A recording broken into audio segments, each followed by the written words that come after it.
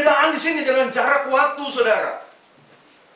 Nah, saudara lihat, ya, nubuatan ini harus dirahasiakan. Daniel pasal 12 ayat 9. Nubuatan ini harus disimpan. Tetapi dalam kepada Yohanes, nubuatan ini harus dikasih tahu dan disingkapkan. Kepada Daniel pasal 12 ayat 10, biar orang-orang bijaksana yang melihat tentang kebenaran-kebenaran ini. Kepada Wahyu, ya, Rasul Yohanes dalam kitab Wahyu, itu juga kepada orang bijaksana yang menghitung. Jadi sepertinya ini seperti misteri, ya.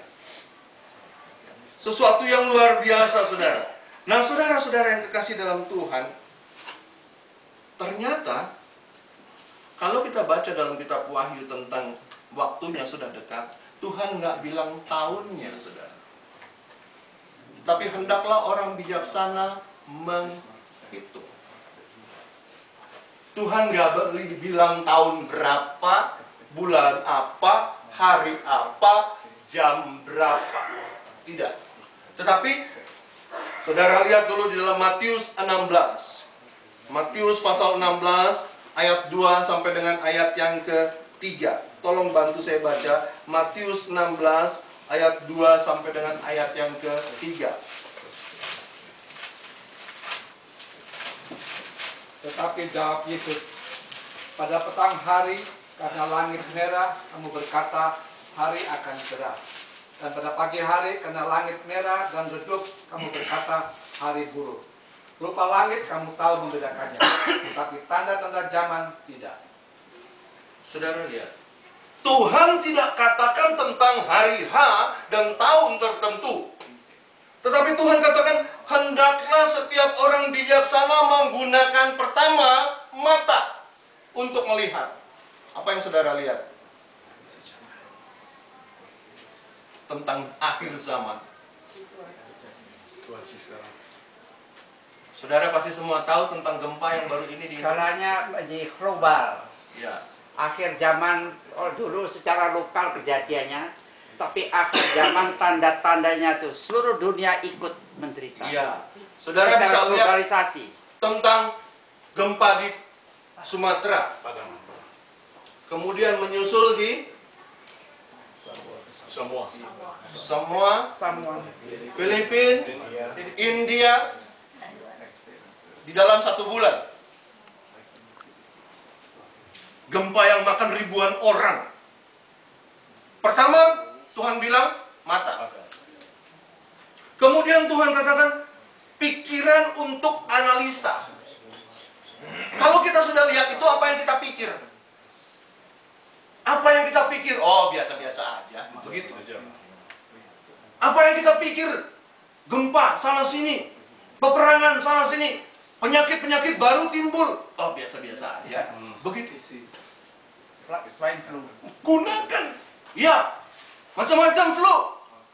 Burung, ayam, babi, entah nanti kambing, sapi, dan beruang, nggak tahu. Apa ya kalau setelah kita melihat dengan mata, kita pergunakan pikiran. Ini yang Tuhan katakan dalam Injil Matius. Kemudian Tuhan mau roh kita ini selaras dengan roh Allah, ya, yang memimpin kepada, kalau kita sudah lihat dan sudah pikirkan apa yang ada di dalam roh kita. Saudara, ada satu kata kunci. Itu adalah tanda-tanda zaman yang berbicara tentang akhir zaman, yang berbicara waktunya sudah sangat dekat, atau dengan bahasa sehari-hari saya katakan kiamat. Nah, saudara yang kekasih dalam Tuhan, Yesus berbicara dalam Injil Matius. Nah, sekarang kita melihat Wahyu 13 ayat 17 sampai 18. Saudara lihat. Wahyu 13, ini akhir zaman, saudara. Ini tanda-tanda zaman. Sekarang saudara lihat Wahyu 13, 17 sampai 18. Mari saudara bantu saya baca supaya kita cepat. 13, 17 sampai 18. Dan tidak seorang pun yang dapat membeli atau menjual selain daripada mereka yang memakai tanda itu, yaitu nama binatang itu atau bilangan namanya. yang penting di sini ialah hikmat. Barang siapa yang bijaksana, baiklah ia menghitung bilangan binatang itu, karena bilangan itu adalah bilangan seorang manusia, dan bilangannya ialah 666. Nah, saudara, kitab Wahyu ini mengatakan bahwa ada satu situasi, ya, ada satu situasi bagaimana ekonomi ini dikuasai oleh apa yang disebut dengan antikristus. Sebab itu kalau kita sudah melihat situasi seperti ini, jangan pernah meremehkan. Saudara, kalau kita melihat situasi tanda-tanda zaman, ada dua hal, ada dua kelompok yang terlibat di sini. Yang pertama adalah orang kafir. Orang kafir menganggap bahwa tanda-tanda zaman itu, ya, itu hal yang biasa, ya. Angka 666 itu hanya sebagai tanda untuk orang membeli dan menjual. Saudara, ya, itu hanya sebagai tanda biasa, barcode itu biasa, ya, saudara, ya. Saudara, bukan sesuatu yang mengerikan bagi orang-orang kafir, sebab itu modern. Zaman dulu kan kita kalau bawa uang kan di dompet, betul saudara. Kalau kita bawa uang 100 ribu di dompet kita besar kan, kita masukin ke dalam kantong kita, maka kelihatannya kurang manis begitu, kurang sedap dipandang, gembung-gembung begitu kan.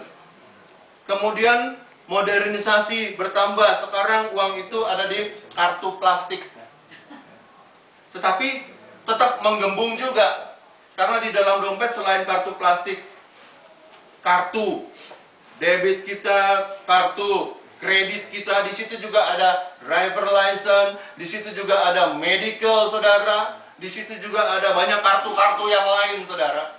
Bahkan anak-anak SD aja sekarang semua punya kartu untuk bis sekolah, kartu untuk lunch, kartu untuk perpustakaan, semuanya tinggal gesek, microchip.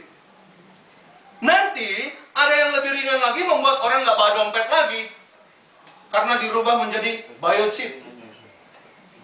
Nah, saudara-saudara yang kekasih dalam Tuhan, biochip ini adalah satu benda yang dimasukkan di bawah kulit tubuh saudara, yang isinya segala data saudara, social security saudara, bank account saudara, alamat saudara, dan lain sebagainya, medical, catatan medical saudara, dan lain sebagainya saudara.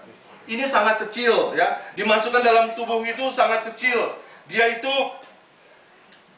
lebarnya 0,07 mm dan panjangnya 7 mm, saudara. Jadi sangat kecil, seperti beras padi, ya, saudara, dimasukkan ke dalam tubuh kita. Jadi kalau kita mau belanja, kita nggak perlu cabut dompet kita tinggal taruh tangan kita lalu di scan, keluarlah semuanya, uang kita ada di situ. Nggak perlu bawa dompet lagi, saudara. Kan modern bagi orang kafir, keren, cool. Ya. Kemana-mana tinggal di scan aja. Nah, nanti kita akan melihat satu persatu. Tetapi bagi orang bijaksana, orang berhikmat, ya, akan peduli dengan situasi ini, akan memperhatikan situasi ini. Sebab dikatakan bahwa angka bilangan ini adalah angka seorang manusia, 666. Kita sudah baca di dalam Alkitab, dan kalau situasi itu muncul, maka sebagai orang percaya, kita tidak menganggap remeh, saudara. Tidak lagi menganggap remeh, saudara, hal-hal seperti ini.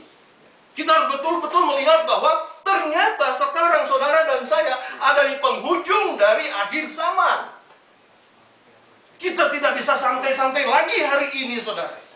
Kita harus fokus kepada Tuhan hari ini, supaya Tuhan memperbarui hidup kita, supaya kita melepaskan semua dosa-dosa kita, supaya kita bisa diangkat naik ke kerajaan Allah. Sebab dengan dosa-dosa kita, kita tidak mungkin masuk ke sana. Kita harus melihat ke dalam diri kita lagi.